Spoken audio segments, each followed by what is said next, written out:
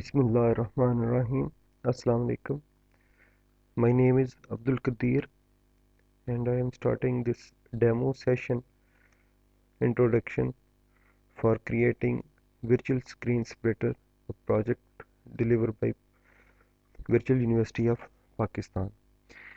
अच्छा इस एप्लीकेशन को बनाने के लिए जो हमने यहाँ पे टूल्स यूज़ किए हैं उनमें से हमारी बेसिक रिक्वायरमेंट होगी कि हमारे पास विजुअल स्टूडियो 2010 इंस्टॉल होना चाहिए और हम अपनी एप्लीकेशन को विजुअल स्टूडियो 2010 में बिल्ड करेंगे। तो आप अपने पास अपना इन्वायरमेंट सेट कर लें। मेरे पास अभी जो इन्वायरमेंट चल रहा है यहाँ पे Windows application Windows 64 bit professional version चल रहा है और मैंने इसके ऊपर जो इंस्टॉलेशन किया वो विजुअल स्टूडियो 2010 की है। लेकिन I recommend you people to install Windows 32 bit Windows 7 32 bit ताकि आपका और मेरा इन्वायरमेंट बिल्कुल मैच करता हो और हम उसके ऊपर अपना काम कर सकें। अच्छा, हम अपनी एप्लीकेशन को बिल्ड करने के लिए जो अपना बेसिक स्ट्रक्चर करेंगे, हम अपना जो कोड है वो यहाँ से हम न्यू प्रोजेक्ट के ऊपर क्लिक करते हैं और जो हमारा बेसिक स्ट्रक्चर है सामने एप्लीकेशन का जो फ्रंट एंड होगा वो हम काम करेंगे विजुअल सी शार्प में विंडोज़ एप्लीकेशन के ऊपर। और उसमें जो हमारा कोड सिस्टम की कर्नल के अंदर जाके इंजेक्ट होगा वो हम कोड लिखेंगे विजुअल सी प्लस प्लस में, क्योंकि जो फोर्थ जनरेशन एप्लीकेशंस हैं उनमें आपको ये एक्सेस नहीं दी जाती कि आप डायरेक्टली जाके विंडोज़ की कर्नल के अंदर कोई चीज़ इंजेक्ट कर सकें। और उसके ना करने की जो बेसिक वजह है वो ये है कि जितनी भी फोर्थ जनरेशन लैंग्वेजेस हैं उनमें आपका मैनेज कोड चल रहा होता है, यानी कि गार्बेज कलेक्टर बैकएंड पे चल रहा होता है और वो जितने भी आपका कोड होता है उसको मेमोरी मैनेजमेंट के हिसाब से स्वैप करवाता रहता है। जो चीज़ें आपके यूज़ में नहीं रहती वो वापस सिस्टम रिसोर्सेज में शामिल कर देता है। जबकि आप सी प्लस प्लस का जो कोड लिखते हैं वो डायरेक्टली उसमें मेमोरी मैनेजमेंट आपका अपना काम होता है। आप कंस्ट्रक्टर लिखते हैं, मेमोरी लेते हैं, डिस्ट्रक्टर लिखते हैं, मेमोरी को वापस करते हैं। लेकिन उसमें प्रोग्रामर के ऊपर काफ़ी रिस्पॉन्सिबिलिटी आ जाती है कि उसको सारे का सारा कोड खुद मैनेज करना पड़ता है। लेकिन जो फोर्थ जनरेशन लैंग्वेजेस हैं, सी शार्प हो गई, जावा हो गई, वी बी अभी की हो गई, जो इन सब के पीछे गार्बेज कलेक्टर चल रहा होता है तो वो प्रोग्रामर की ज़िंदगी काफ़ी आसान कर देते हैं। तो आगे इसकी जो नटशल जो डिटेल्स हैं उनको हम आगे जाके देखेंगे हमारी प्रोजेक्ट की रिक्वायरमेंट के हिसाब से। लेकिन अभी इंट्रोडक्शन में हम विजुअल स्टूडियो का इंट्रोडक्शन माइनर सा देख लेंगे। ज़्यादा डिटेल में मैं नहीं जाऊँगा, सिंपल उन हिस्सों को टच करूँगा जो कि हमारे काम की हैं। बाकी आप इन चीज़ों के साथ जितना खेलेंगे उतना आपको इन चीज़ों के बारे में पता चलता जाएगा। यहाँ से हम सेलेक्ट करेंगे विंडोज़ फॉर्म एप्लीकेशन और यहाँ पे हम अपनी एप्लीकेशन का नाम देंगे जो कि मैंने स्क्रीन स्प्लिटर डेमो रख लिया। यहाँ से अब लोकेशन से जाके ब्राउज़ में कोई भी अपना फ़ोल्डर सेलेक्ट कर लें जहाँ पे आप अपनी एप्लीकेशन को सेव करना चाहते हैं अपने कोड को। उस फोल्डर को सिलेक्ट करने के बाद यहाँ पे जब आप क्रिएट डायरेक्टरी फॉर सॉल्यूशन के ऊपर चेक करेंगे तो वो ऑटोमेटिकली उस फोल्डर में वो इस नाम की एक डायरेक्टरी बनाएगा और उसके अंदर आपका कोड रख देगा। यहाँ पे अभी आपके पास ये क्लियर होना चाहिए कि डॉट नेट फ्रेमवर्क 4 के ऊपर आप काम कर रहे हैं। देखिए, अगर आप फ्रेमवर्क चेंज करेंगे तो कुछ ऑप्शंस आपके पास अवेलेबल नहीं होंगे।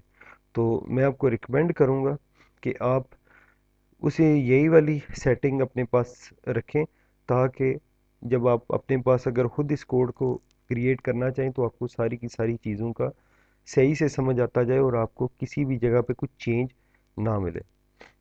जो ही हम ओके के ऊपर क्लिक करेंगे तो ऑटोमेटिकली विजुअल स्टूडियो हमारे लिए इन्वायरमेंट को सेट कर देगा। इन्वायरमेंट को सेट करने का मकसद क्या मतलब क्या है कि ये ऑटोमेटिकली एक एप्लीकेशन हमें बिल्ड करके दे देगा जो कि फुल फ्लेज कंपेटेबल होगी विंडोज़ प्लेटफॉर्म के ऊपर चलने के लिए। उसमें डिफ़ॉल्ट के ऊपर आपको एक फॉर्म बना के दे देगा, और साथ में उसकी जो प्री रेक्विजिट है कि एक मेन फंक्शन जहाँ से आपकी एप्लीकेशन का एंट्री पॉइंट होता है और जहाँ से ये फर्स्ट फॉर्म क्रिएट होके आता है, वो सारे का सारा इन्वायरमेंट आपको सेट करके दे देता है। अगर हम इस एप्लीकेशन को भी यहाँ से प्ले के बटन के ऊपर या स्टार्ट डिबगिंग या F5 के ऊपर हम क्लिक करें तो ये ऑटोमेटिकली इस एप्लीकेशन को लॉन्च करेगा, और अगर ये सक्सेसफुल आपको फॉर्म नज़र आ रहा है तो इसका मतलब है कि आपकी एप्लीकेशन बिल्कुल ओके सेट हो गई है and you are ready to go to code this application. यहाँ से इसको स्टॉप करें और ये हम वापस उसी जगह पे आ गए। अच्छा, विजुअल स्टूडियो में यहाँ पे लेफ्ट साइड पे आपको डाटा सोर्स नज़र आ रहा होगा, साथ में टूल बॉक्स नज़र आ रहा होगा और साथ में सर्वर एक्सप्लोरर नज़र आ रहा होगा। जो सर्वर एक्सप्लोरर है यहाँ पे आपका डेटाबेस वगैरह आ रहा होता है कि अगर आपकी एप्लीकेशन कोई डेटाबेस यूज़ कर रही है तो यहाँ पे उसकी वो वाली चीज़ें आपके पास खुल के आना शुरू हो जाती हैं। दूसरे एंड पे अगर हम यहाँ पे देखें कि जी, तो ये देखें ये सारे का सारा डेटाबेस की वो भी टेबल डायग्राम वगैरह वो सारी हमें यहाँ पे नज़र आना शुरू हो जाएंगे। अगर हम टूल बॉक्स के ऊपर आएँ तो यहाँ पे जो भी कॉमन टूल्स हैं, जो बटन हो गए, label, check box, list, combo box, ये सारे के सारे हमें यहाँ पे अवेलेबल होंगे। तो यहाँ पे हम इसको पिन कर देंगे ताकि ये हमें परमानेंट नज़र आते रहें। राइट साइड पे आएंगे तो यहाँ पे हमारे पास दो चीज़ें हमारे लिए बहुत इंपॉर्टेंट है, एक प्रॉपर्टीज़ और दूसरा सॉल्यूशन एक्सप्लोरर। अगर हम सॉल्यूशन एक्सप्लोरर के ऊपर क्लिक करें और इसको पिन करें तो देखें यहाँ पे हमारे पास ये जो चार चीज़ें अवेलेबल हुई हैं। पहली तो जो है वो हमारा जो कोड का नाम है वो लिखा, प्रोजेक्ट का नाम स्क्रीन स्प्लिटर डेमो। उसके साथ जो पहली चीज़ है वो प्रॉपर्टीज़ की है। इसमें बेसिक इंफॉर्मेशन आपकी एप्लीकेशन के बारे में सेव होती है कि आपकी जो सेटिंग है इसमें अगर कोई रिसोर्सेज वगैरह ये यूज़ कर रहा है तो वो आ जाएंगे। लेट्स सपोज कोई इमेजेस वगैरह अगर आपने किसी लेवल पे यूज़ करनी है, असेंबली इंफॉर्मेशन, अगर आप इसको क्लिक करें तो ये सारी ओपन होके आपके आ जाएगी कि आपकी एप्लीकेशन का टाइटल क्या है, कंपनी कौन सी है जिसके असेंबली की कंपनी, प्रोडक्ट का आपका नाम क्या है, कॉपीराइट क्या है, और अगर आप कोई और चीज़ें इसमें ऐड करना चाहें। But I will recommend you people कि आप ये जो ऑटो जनरेटेड कोड है इसके साथ उस वक्त तक छेड़छाड़ ना करें जब तक आप एडवांस लेवल तक नहीं चले जाते। यहाँ पे आपकी असेंबली का वर्जन आ जाता है और साथ में आपकी एप्लीकेशन का वर्जन नंबर आ जाता है। इन चीज़ों को छेड़ने की ज़रूरत नहीं है, लेकिन for the structure of the project ये आपको बताया जा रहा है। इसके बाद इसकी सेटिंग्स आ जाती हैं। सेटिंग्स में वो डिफ़ॉल्ट की चीज़ें होती हैं कि जो आप अपनी एप्लीकेशन के साथ या दूसरी एप्लीकेशंस में हम इसको प्रेफरेंसेस के नाम से देते हैं। तो यहाँ पे अगर आप कुछ चीज़ें सेव करना चाहें, हमारी एप्लीकेशन में हम ऐसी कोई चीज़ सेव नहीं करेंगे, लेकिन अगर आपने किसी लेवल पे कोई एप्लीकेशन के साथ प्रेफरेंसेस सेव करनी है तो वो यहाँ पे सेव की जाती है। उसके बाद आता है रेफरेंसेस का। रेफरेंसेस में आपकी वो DLL फाइल्स आती हैं जो सिस्टम लाइब्रेरीज आप यूज़ करते हैं इस एप्लीकेशन को बनाने के लिए। ये चंद एक बेसिक हैं, जैसे C# की होगी, सिस्टम की हो गई, कुछ कोर की होगी, जो कि आपकी एप्लीकेशन को बेसिक स्ट्रक्चर बनाने के लिए उनकी ज़रूरत होती है। अगर आप इसमें कोई और रेफरेंस ऐड करना चाहते हो, आप ऐड रेफरेंस करके तो यहाँ से लाइब्रेरीज़ में जाके कोई भी लाइब्रेरी आप उसको ऐड कर सकते हैं और उसको यूज़ कर सकते हैं। लेकिन हम अपनी एप्लीकेशन में कोई ऐसी लाइब्रेरी यूज़ नहीं करेंगे, लिहाजा इस चीज़ को भी छेड़ने की ज़रूरत नहीं है। अच्छा, उसके बाद आपकी आ जाती है एप्लीकेशन कॉन्फ़िगरेशन। ये भी ऑटो जनरेटेड कोड है, तो लिहाजा इसको भी आप ना छेड़ें। हमारा काम जो शुरू होता है वो यहाँ से शुरू होता है फॉर्म 1 के ऊपर से, और साथ में program.cs। program.cs वो वाली क्लास है कि जो इसमें आपका मेन फंक्शन लिखा जाता है कि जब आपकी एप्लीकेशन स्टार्ट होती है तो यहाँ पे ये पहला मेन फंक्शन है।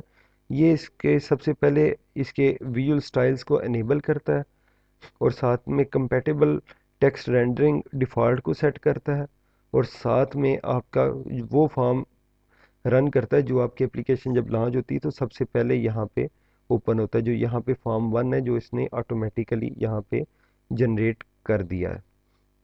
अच्छा, यहाँ पे आके इसके बाद जो दूसरी चीज़ आती है वो आपकी चीज़ आती है प्रॉपर्टीज़। ये प्रॉपर्टीज़ बड़ी इंपॉर्टेंट चीज़ है। हम अपनी सी शार्प की एप्लीकेशन में जितना भी काम कर रहे होते हैं, वो मोस्ट ऑफ द टाइम हम अपनी प्रॉपर्टीज़ को सेट कर रहे होते हैं और उसके हिसाब से हमारी चीज़ों का स्ट्रक्चर बिल्कुल चेंज होता जा रहा होता है। लेट्स सपोज अभी ये हमारा फॉर्म है, तो इसको जब क्लिक करेंगे तो इसकी सारी की सारी प्रॉपर्टीज़ हमारे पास आ जाएंगी। इनमें जो हमारे काम के उनको छेड़ते जाएंगे, जो हमारे काम की नहीं है हम उनको उसी जगह पे सेट रहने देंगे। सबसे पहले इसका होता है नेम। ये इस फॉर्म का वो नाम है जो इसका वेरिएबल नेम है, कि जिसकी मदद से कोड में हम इसको एक्सेस कर रहे हैं। लेट्स सपोज अगर मैं इसको यहाँ पे फॉर्म 1 को चेंज करके यहाँ पे लिखता हूँ मेन फॉर्म और इसको इंटर करता हूँ, तो जितनी भी जगह जहाँ जहाँ पे ये फॉर्म इस एप्लीकेशन के एक्सेस किया जा रहा था, वहाँ पे ये मेन फॉर्म के नाम से चेंज हो चुका होगा। यहाँ पे जो चीज़ नोट करने वाली है कि अगर आप फॉर्म की हेडिंग देखें तो ये फॉर्म 1 ही लिखा आ रहा है। ये वेरिएबल का नाम नहीं है, बल्कि ये वो टेक्स्ट है, इसकी प्रॉपर्टी जो यहाँ पे हम सेट करें और वहाँ पे हमें नज़र आना शुरू हो जाती है। लेट्स सपोज कि अगर मैं यहाँ पे एप्लीकेशन का नाम लिखता हूँ तो वो वहाँ पे अपडेट हो जाएगा।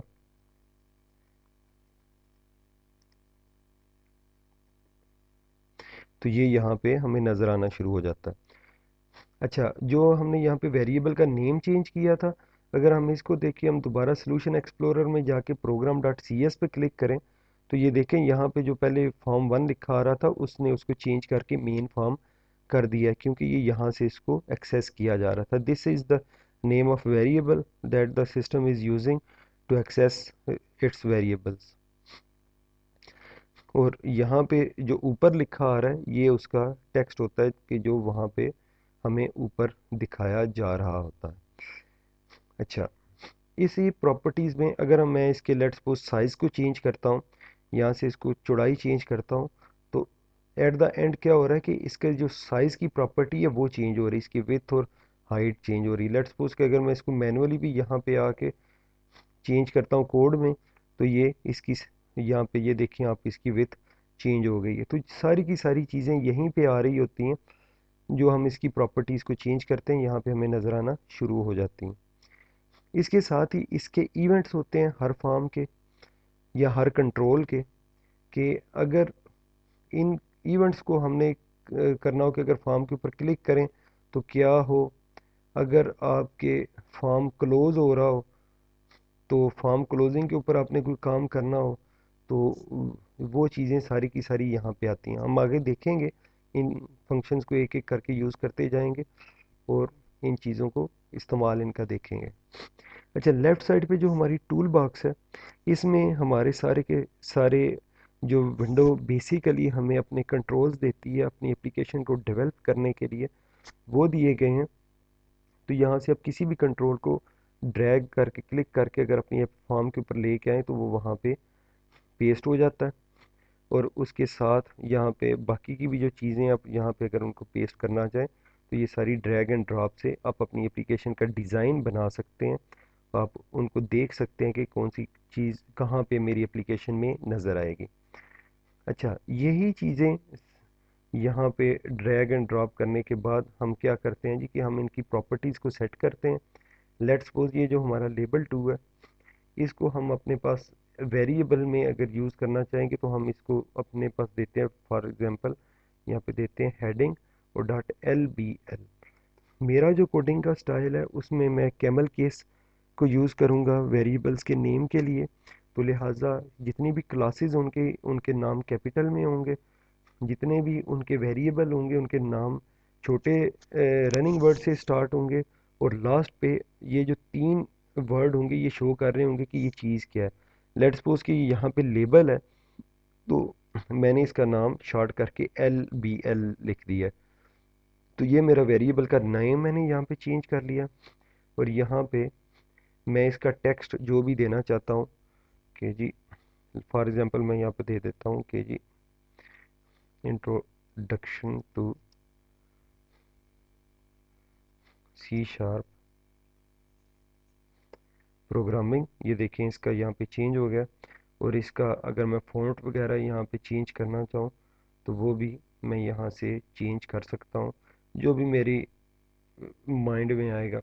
ये आपकी इनोवेशन के ऊपर है, आप अपनी एप्लीकेशन का स्ट्रक्चर जैसे भी बनाएंगे, उसको देखना चाहेंगे, वो आपको नज़र आती जाएंगी। यहाँ पे अगर इसका यही जो चीज़ मैंने यूज़ की है, इसका अगर मैं बैक कलर चेंज करना चाहूँ तो मैं एक्टिव कैप्शन, ये देखें, उसका मेरा बैक कलर चेंज हो गया। इसी तरह मैं अपने बटन के ऊपर आया। इसका सबसे पहले मैंने अपना वेरिएबल नेम चेंज किया कि जिससे मैंने इसको यूज़ करना है।